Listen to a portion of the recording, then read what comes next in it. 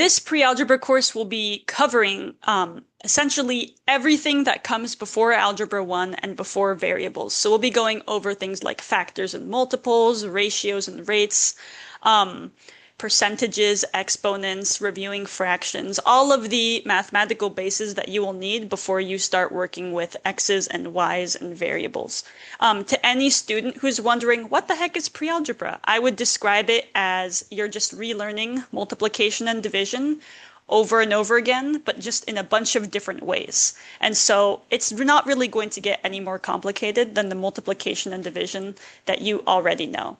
For any parents, I would describe this class as the precursor to Algebra 1. So if you're not completely sure if your student has all of the necessary prerequisites to start working with the variables, this is a great class to get them caught up to that point and to make sure that they have all of the arithmetic they need before they get there.